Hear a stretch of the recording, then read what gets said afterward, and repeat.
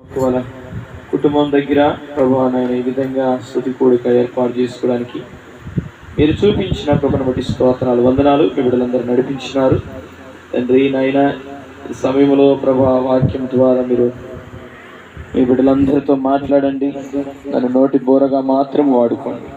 ప్రతి బలహీనతను కొట్టివేసి వాక్యం ధారాళంగా రాకుండా అడ్డుపడుతున్న ప్రతి అంధకార శక్తులు లయపరచున్నా మీ నామానికి మహిమకరంగా ప్రభువా నాయన మీ బిడ్డలు దీవించమన్నట్లుగా, మీ బిడ్డలు సరిచేయమన్నట్లుగా ప్రభువా నీ వాక్యం ద్వారా మాట్లాడమని కార్యం జరిగించమని యేసయ్య శక్తి కలిగిన నామములో ప్రార్థన చేస్తున్నాను తండ్రి, ఆమేన్.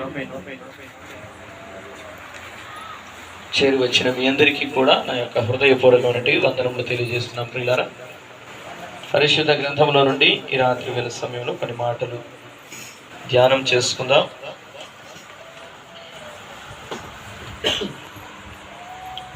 పిల్లరా, చాలాసార్లు విన్నటువంటి వాక్యాలే మరలా ఒకవేళ వినవలసి వచ్చినా కూడా అన్నా మేము విన్నాములేనా మాకు ఎన్ని తెలుసుగా అన్నా అనకుండా వీరందరూ కూడా ఆ వాక్యాలు విని అందులో మేము ఒకవేళ ఏమన్నా పాటించవలసిన ఏమన్నా ఉంటే నిజంగా దేవా మరలా మాతో మాట్లాడుతున్నందుకు మీకు వందనాలు, మేము మరలా పాటించాలని వినటం మట్టుకే కాక మేము అనుసరించే వ్యక్తులుగా మేము ఉండాలి అని అలా సిద్ధపడితే ఎంత మంచిది. దేవునికి స్తోత్రం చెప్పండి. హల్లెలూయా. ఎన్నిసార్లు విన్నా కూడా దేవుని వాక్యము మరలా అది కొత్తగానే ఉంటుంది. ఎందుకంటే మనము సరిచేసేది దేవుని వాక్యమే. దేవునికి స్తోత్రం చెప్పండి. హల్లెలూయా. పరిశుద్ధ గ్రంథంలో ప్రియులారా, మనము ఎలా ఉండాలనో దేవుని వాక్యములో కొన్ని సంగతులు నేను జ్ఞాపకం చేస్తాను. యోహాను సువార్త 12వ అధ్యాయం 3వ వాక్యంలో రాయబడినటువంటి సంగతిలో ఒక సంగతి, అక్కడ రాయబడిన మాటలను జ్ఞాపకం చేస్తాను. మన ఇల్లు ఎలా ఉండాలి, ఆ ఇంట్లో మనము ఎటువంటి పరిస్థితులలో మనం ఉండాలి. యోహాను సువార్త 12వ అధ్యాయం 3వ వాక్యంలో తీసిన వారు చదవన్నానా? చదవన్నాను.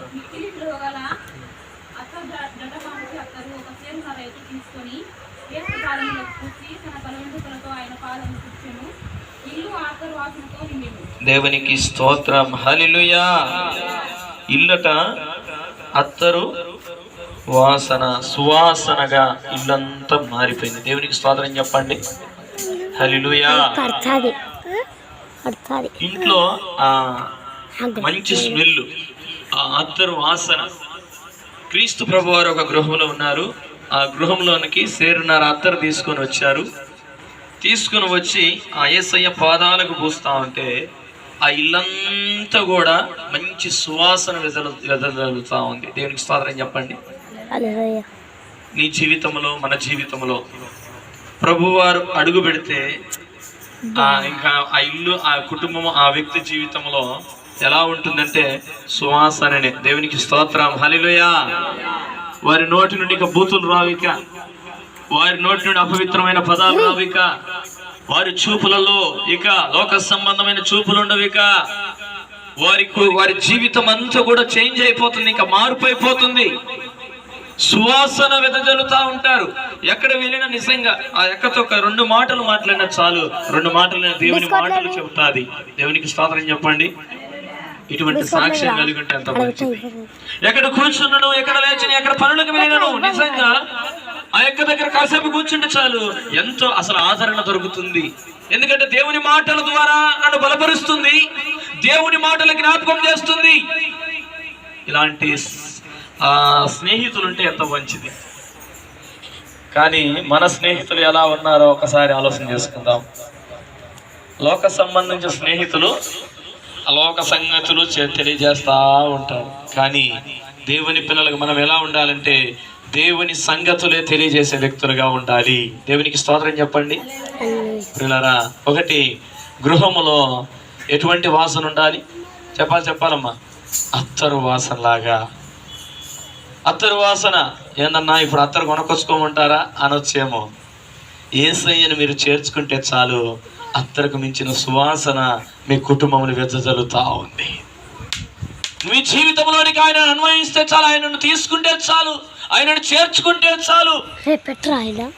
నీ మాటలు, నీ చూపులు, నీ తలంపులు, ఆలోచన అన్ని మారిపోతాయి. ఇక నిజంగా అత్తరు కన్నా ఎంతో శ్రేష్టమైన సువాసన మీ ద్వారా బయటికి వెళ్తా ఉంది, ప్రజల్లోనికి వెళ్తా ఉంది. ప్రజలందరూ కూడా గుర్తుపడతారు వీరు నిజంగా దేవుని పిల్లలు. ఇక్కడ దోమలన్నీ చాలా తిరుగుతూ ఉన్నాయి. ఇందాక దోమలు తిరుగుతూ ఉంటే అక్క ఏం తీసుకొచ్చిందంటే ఇవి దోమలను చంపనీకి ఇవి తీసుకొని వచ్చింది. ఈ ముట్టించి అక్కడక్కడక్కడక్కడ ఏర్పాటు చేశారు. ఇక్కడ కనపడటం లేదు ఇంకా దోమలు. ఏమైందండి, ఆ వాసనకు ఎక్కడ పడిపోయినాయి అంతే.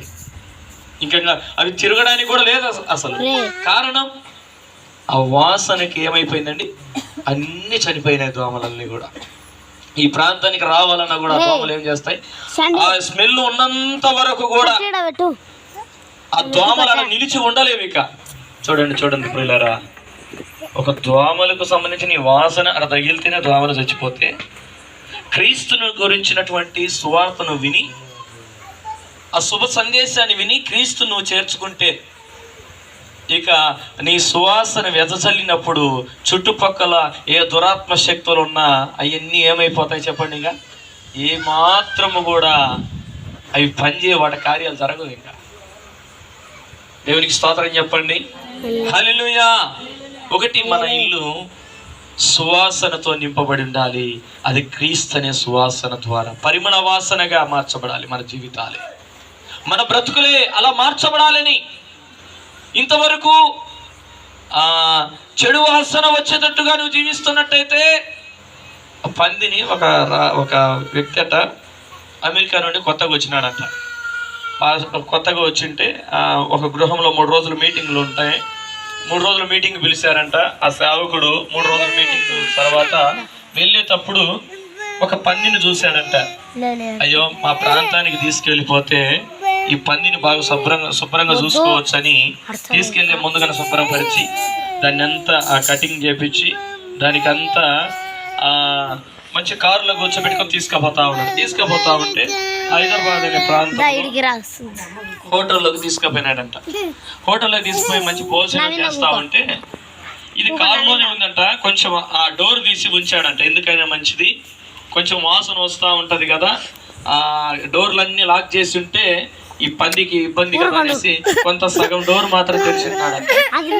అయితే ఈ పంది గమనిస్తా ఉందంట కారులో కూర్చొని. కారులో ఉన్నంత వరకు బాగా తెల్లగానే ఉంది, శుభ్రపరిచినారు కాబట్టి. కానీ తన స్నేహితులు బురదలో పొర్లాడుతూ ఉన్నారంట. ఎవరండి? పంది లక్షణాలు. చాలా పందులు తన స్నేహితులు. ఒక్కసారి చూసి అమాంతంగా దూకిందంట బురదలోకి.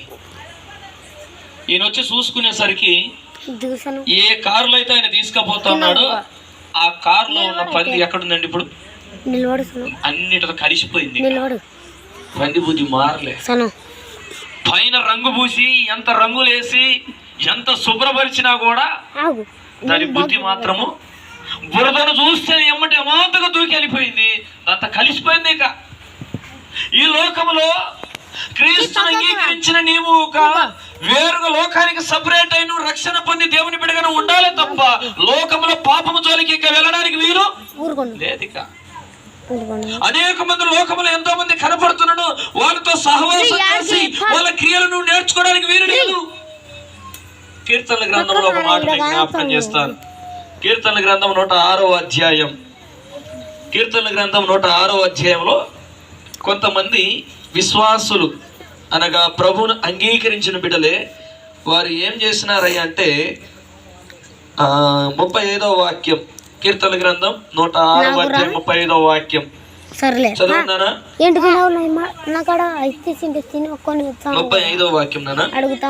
అన్య జనులతో సహవాసము చేసి వారి క్రియలు నేర్చుకొని. ఇప్పుడు చూడండి, అన్యజనులతో, దేవుని బిడ్డలు ఎవరితో సహవాసం చేసినారట? అన్యులతో, దేవుని ఎరగని బిడ్డలతో సహవాసం చేసి, సహవాసం చేయటమే కాదండి, అక్కడ జరిగిన మరొక విషయాన్ని దేవుడు రాయించాడు. చదవన్నానా? సహవాసం చేసి వారి క్రియలు నేర్చుకున్నారట. సహవాసం చేసిన తర్వాత వారు ఏమేం పనులు చేస్తా ఉన్నారు? వీరు దేవుని పిల్లలే కానీ వీళ్ళు సహవాసం చేసిన వారు ఏ పనులు చేస్తున్నారో వారి యొక్క క్రియలు వీరు నేర్చుకొని ఆ క్రియలు జరిగించినారంట. అన్ని జనులు ప్రభుని ఎరగని వారు ఏం చేస్తారండి? ఉదయకాల సమయంలో ప్రార్థన చేసుకుంటారా? ప్రార్థన చేసుకోరు. పనికి వెళ్ళేటప్పుడు ప్రార్థన చేసుకుంటారా? ఏదైనా మేలు జరిగిందంటే దేవునికి థ్యాంక్స్ చెప్తారా? చెప్పరండి. దేవునికి వందనాలు చెప్పరు. దేవుని గురించినట్టు ఊసే ఎత్తరు. అసలు ఇక దేవుని గురించినటువంటి మాటలే వారి జీవితాలలో, కుటుంబాలలో ఉండవు. కానీ ఇటువంటి క్రియలు నేర్చుకున్నారట. ఎవరండి? దేవుని పిల్లలే. అంత మాత్రమే కాదు, ఇంకా ఏం జరిగిందో చూడండి. అక్కడ రాయబడింది 36వ వాక్యం చదవన్నానా? వారి విగ్రహములకు పూజ చేశారు. ఎక్కడికి వచ్చినారంటే ఇక ఒకటి, వాళ్ళతో సహవాసం చేసినారు, వారి క్రియలు నేర్చుకున్నారు. ఇక చివరికి వారు చేసే పనులు కూడా వీరు చేస్తారు. పూజలు చేయడం ప్రారంభించినారు. పూజలు చేస్తున్నట్టు నీవే మా దేవుడు, నువ్వే మా రక్షకుడు అని. ఒక విగ్రహం కదలని దాన్ని పట్టుకొని, కదులుతున్న విగ్రహం అండి, కదలదు, మాట్లాడదు, గొంతుకుతో మాట్లాడలేదు, చేతులుండి మనకు సమాధానం చెప్పలేదండి, మనకు సైగ జోడు చేయలేదు, కాళ్ళుండి నడవలేదు. అది ఎక్కడికైనా కదలాలంటే మనిషే అక్కడికి జొరపాలంతే. అక్కడ నుండి అక్కడికి, ఇంట్లో నుండి లోపలికి పోవాలన్నా, లోపల నుండి పంచలోకి రావాలన్నా, పంచల నుండి రోడ్డు మీదకి పోవాలన్నా ఒక మనిషి సహాయము అవసరం. పిల్లలు చూడండి, ఆ విగ్రహాన్ని పూజలు చేసి, ఇక అక్కడ జరిగిన విషయాన్ని జ్ఞాపకం చేస్తాను. అవి వారికి ఏమైనా అంటున్నానా? ఉరి ఆయను. చివరికి వారికి ఉరిగా మార్చబడినాయి. వారు చేసిన విగ్రహ పూజలే వారి జీవితానికి శాపంగా మారిపోయినాయండి. అన్ని జనులతో సహవాసం చేసి. ఈ రాత్రి వేళ సమయంలో తల్లి, చెల్లి, అక్క వినండి. ఏ ప్రాంతంలో నేను వింటున్నావు నాకు తెలియదు, కానీ జీవము కలిగిన దేవుడు నీతో మాట్లాడుతూ ఉన్నాడు. ఆ దేవుడు మాట్లాడేవాడు, కదిలేవాడు, నీకు జవాబిచ్చే దేవుడు, నీ ప్రతి పరిస్థితులలో నీకు ఆదుకునే దేవుడు, నీ అక్కర్లు తీర్చే దేవుడు. దేవునికి స్తోత్రం చెప్పండి. హల్లెలూయా. మన గృహము ఏ వాసనతో నింపబడి ఉండాలి? పరిమళ వాసనగా, క్రీస్తుని సువాసనతో వెదజల్లాలి. దేవునికి స్తోత్రం చెప్పండి. నిజంగా క్రీస్తు మీ హృదయంలో, మీ కుటుంబాలలో ఉన్నట్టయితే, ఆ కుటుంబాలలో సినిమా పాటలకు స్థానం ఉంటుందా? సీరియళ్ళకు స్థానం ఉంటుందా? అబద్ధాలకు స్థానం ఉంటుందా? మోసానికి స్థానం ఉంటుందా? అక్రమ సంబంధాలకు స్థానం ఉంటుందా? పిల్లలు చూడండి, పరిమళ వాసనగా మార్చబడాలి అంటే ఈ లక్షణాలన్నీ కూడా నువ్వేం చేయాలి? ఇవన్నీ పంది స్వభావాలు. పంది ఎంత కడిగినా కూడా పంది బుద్ధి ఏమైందండి? ఏసీ కారులో కూర్చోబెట్టినాడు, కానీ బురదను చూసి, ఎమ్మటే బురదలో ఉన్న తన స్నేహితులను చూసి వెళ్ళి వారి సహవాసము చేసింది. బురదల్లా పూసుకుంది. తన బ్రతుకంతా ఏమైపోయింది? బురదమయమైపోయింది. నువ్వు పని చేసే దగ్గర, వ్యాపారం దగ్గర, ఉద్యోగం దగ్గర, మందిరంలో ఉన్నంత వరకు పావురాల వలె, తెల్ల పావురాల వలె మంచిదే. కానీ మందిరముల నుండి బయటకు వచ్చిన తర్వాత, పనుల దగ్గర, వ్యాపారాల దగ్గర, ఉద్యోగం దగ్గర, ఇంటి దగ్గర కూడా మనం ఎలా ఉండాలి? దేవుని మందిరంలో మనం ఎలా ఉంటున్నాము? కుటుంబాలలో, మన జీవితాలలో మరణం వరకు మనము దేవుని కొరకు నమ్మకంగా బ్రతికే వ్యక్తులమై ఉండాలి. దేవునికి స్తోత్రం చెప్పండి. మరణం వరకు నమ్మకంగా ఉండము అన్నాడు. నేను నీకు జీవ కిరీటాన్ని ఇస్తానన్నాడు. ఆ దేవుడిచ్చే కిరీటాన్ని మనం పొందుకోవాలంటే, దేవుడిచ్చే బహుమానాన్ని మనం పొందుకోవాలంటే ఎంతవరకు ఈ భక్తి అంటే మరణం వరకు నమ్మకంగా, మరణం వరకు మనం నమ్మకంగా ముందుకు సాగితేనే ఆ పరలోక రాజ్యాన్ని మనం దక్కించుకుంటాం. ఆ పరలోక రాజ్యంలో మనకు స్థానం దొరుకుతుంది తప్ప పై భక్తి చేస్తే, నేను ఈ విధంగా చెప్తాను ప్రియులారా, అర్థం కావడం కోసం కొన్ని సంగతులు. కాకులకు గింజలు వేసినారు. ఎందుకండి? కాకులకు గింజలు వేస్తారా? ఎక్కడన్నా కాకులకు గింజలు వేస్తారా? దేనికి వేస్తారు గింజలు? పావురాలకు, పిట్టలకు, మనం పెంచుకునే వాటికి వేస్తాం. కానీ వేసిన గింజలు తను ఏదైతే సొంతంగా పెంచుకుంటున్నాడో కోళ్ళకు, పావురాలకు, వాటికి వేస్తే ఈ కాకులు కూడా వచ్చి మేస్తా ఉన్నాయి అనుకున్నాడు. అయ్యో, నేను వేసింది నేను పెంచుకున్న వాటికే కదా అనుకుంటున్నాడు. కానీ కాకులు ఏం చేసి వచ్చినాయంటే బూడిద పూసుకొని వచ్చి పావురాల మాదిరిగే రంగు మార్చుకొని అరవకుండా వేస్తా ఉన్నాయి. అనుకుంటున్నాడు నేను పెంచుకునే వాటికే వేసినాను అనుకుంటున్నాడు. కానీ వాస్తవానికి అక్కడ కాకులు కూడా మేస్తా ఉన్నాయి. ఒకరోజు వర్షం పడింది. వర్షం పడి రోజు ఆ పొయ్యిలోకి పోయి బూడిద పులుపుకొని వచ్చి మేస్తా ఉంటే ఒకరోజు వర్షం పడింది. వర్షానికి ఆ బూడిదల్లా కొట్టుకపోయింది. బూడిదల్లా కొట్టుకపోయేసరికి ఇప్పుడు చూస్తూ ఉంటే అక్కడ ఏమున్నాయంట, కాకులు ఉన్నాయి. అనుకున్నాడు, అర్రెర్రే, ఇన్ని రోజులు నేను మోసపోయానే, ఇన్ని రోజులు నేను కష్టపడి నేను పెంచుకునే వాటకు నేను వేస్తున్నాను దాన, కానీ ఏం మేస్తున్నాయి, కాకులు మేసిపోతున్నాయి. ఈరోజు ప్రియులారా, కాకులు మేసిపోతా ఉన్నాయి. కానీ నీ జీవితంలో ఒక్కసారి ఆలోచన చేసుకో ప్రియులారా, పావురం వలె నువ్వు ఉండాలి, కానీ రంగులు మార్చే కాకి వలె నువ్వు ఉండకూడదు. కాకి గది వస్తే దాన్ని ఎక్కడ యజమానుడు కొడతాడు అని, ఎక్కడ ఆహారం పెట్టడు అని ఏం మార్చుకొని వచ్చిందండి, రంగు మార్చుకొని వచ్చింది. బూడిదల బులుముకొని వచ్చి మేస్తా ఉంది. ఈ కాకి గురించి, పావురం గురించి నోవాహు ఆ ఓడలో ఉన్నటువంటి పరిస్థితులు మనం చూస్తే, కాకి మాత్రము బయటికి వెళ్ళిపోయి ఆ శవాలను అన్ని పొడుచుకొని తింటా ఉందంట. పావురం మాత్రమే ఆ యొక్క ఒలీవ ఆకుని తీసుకొని వచ్చి చూపించిందంట దేవుని సేవకుని. దేవునికి స్తోత్రం చెప్పండి, హల్లెలూయా. నీళ్ళన్నీ ఇనికిపోయినాయి, ఇక నువ్వు క్షేమంగా దిగవచ్చు, ఆ జంతువులు పక్షులన్నీ భూమి మీదకి దిగవచ్చు. 40 రాత్రులు 40 పగులు ఏదైతే దేవుడు ప్రచండమైన వర్షం కురిపించినాడో, ఈ నీళ్ళన్నీ భూమి మీద అన్ని విస్తరించినాయి, కొండలన్నీ మునిగిపోయేటట్టుగా ఉన్నాయి కదా. పిల్లలు చూడండి, ఈ రాత్రి వేళ సమయంలో తల్లి చెల్లి అక్క, కాకైతే పంపిస్తే సమాచారం తీసుకురాకుండా లోకంలో ఉన్నటువంటి శవాల గుట్టల మీద పడి తినుకుంటా లోకంలో కలిసిపోయింది. ఇంకా దేవుని సేవకుడికి సమాచారము తీసుకురాలేదు. ఇక పావురం మాత్రమే సమాచారాన్ని తీసుకొని వచ్చింది. ఈ రాత్రి వేళ సమయంలో మనం ఎలా ఉండాలండి? పావురం వలె ఉండాలి. కాకి బుద్ధిని మానుకోవాలి, పంది బుద్ధిని మనం మానుకోవాలి. కాకులో 2 బుద్ధులు చెప్పాను. ఒకటి, తనకు ఆహారము దొరకదని రంగు మార్చుకొని వచ్చి ఏం చేస్తూ ఉందండి, ఆహారాన్ని తినిపోతూ ఉంది.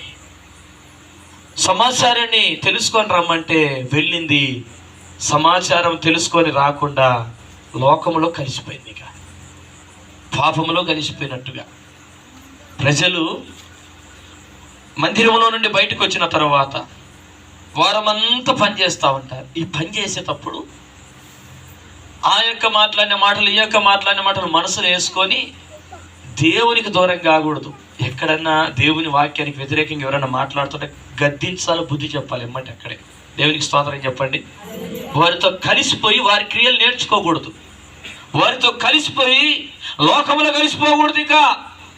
ఇక దేవుని సంఘాన్ని, దేవుణ్ణి మర్చిపోకూడదు. ఇక దేవుని సేవకుడు చెప్పిన మాటలు గుర్తుపెట్టుకోవాలి. దేవుని మాటలు గుర్తుపెట్టుకొని తిరిగి మరలా ఎక్కడికి వెళ్ళాలి, సమాచారం తీసుకెళ్ళాలి. అక్క సేవకురాలు ఉంటే సేవకురాలతో చెప్పాలి, అక్క పలానా అక్క గురించి ప్రార్థన చేయక్క, పలానా సమస్యల్లో ఉంది, పలానా ఇబ్బందుల్లో ఉంది, పలానా అన్న గురించి ప్రార్థన చేయండి అన్న, పలానా వ్యక్తులు వారంతా ఈ వారం వల్ల నాతో కలిసి పనిచేశారు, వారి కష్ట బాధలని నాతో తెలియజేశారు, కొన్ని ఇబ్బందులలో ఉన్నారు, వారు కొంచెం సమస్యలు వారి గురించి ప్రార్థన చేయన్న. ఎంత మంచిది ఇటువంటి సమాచారం తీసుకువెళ్తే దేవుని మందిరంలోనికి. నేను ధైర్యంగా చెప్పగలను, మాకు ఆ దేవుడిచ్చినటువంటి ఆత్మ అయినటువంటి సిస్టర్ గారు అయినటువంటి జయమ్మ అక్క వారానికి ఒకళ్ళను కొత్త వాళ్ళని నడిపిస్తూనే ఉన్నారు. దేవునికి స్తోత్రం చెప్పండి, హల్లెలూయా. ఆసక్తి. నువ్వు ఎన్ని రోజులైంది ప్రభుని నమ్ముకొని? ఎన్ని రోజులైంది నీ కుటుంబాలలో కుటుంబ ప్రార్థన లేక, స్తుతి ప్రార్థన లేక, వ్యక్తిగత ప్రార్థన లేక, సంఘ ప్రార్థన లేక, దేవునికి దూరం అయిపోయిన అనుభవాలలో? నిజంగా అక్కకు సిస్టర్కు బాప్తీసం ఇచ్చినట్టు చాలా సంతోషంగా ఉంది నాకు. ఎందుకంటే ప్రభువా నమ్మకంగా నిన్ను వెంబడించే బిడ్డను అప్పచెప్పిన ఒక ఆత్మను. దేవునికి స్తోత్రం చెప్పండి. లోకము నుండి వేరే రక్షణ పొంది విగ్రహాలను పూజిస్తూ అన్ని నాకు అక్కర్లేదని విడిచిపెట్టేసి యేసే నిజ దేవుడని నమ్మి ఆయననే వెంబడిస్తూ, మునుపైతే దేవుణ్ణి ఎరగక ఇప్పుడైతే దేవుణ్ణి ఎరిగిన బిడ్డగా ఒక సాక్ష్యాన్ని కలిగి, ఎంత మంచిదండి ఇటువంటి సాక్ష్యం ఉంటే నీకు. పౌలు జీవితంలో కూడా అంతే. మునుపు దేవుని సంఘాన్ని పాడు చేసే వ్యక్తి, తర్వాత దేవుని సంఘాలు కట్టబడటానికి దేవుడే ముందుకు నడిపించినాడు. దేవునికి స్తోత్రం చెప్పండి. సంఘాలు కట్టడం కోసం దేవుడు ముందుకు నడిపించినాడు. అనేక ఆత్మల పట్ల భారము కలిగి ముందుకు సేవ పరిచర్య జరిగించినాడండి. మన కుటుంబాలలో సువాసన కలిగిన వ్యక్తులుగా మనం ఉండాలి. పరిమళ వాసన కలిగిన వ్యక్తులుగా మనం ఉండాలి.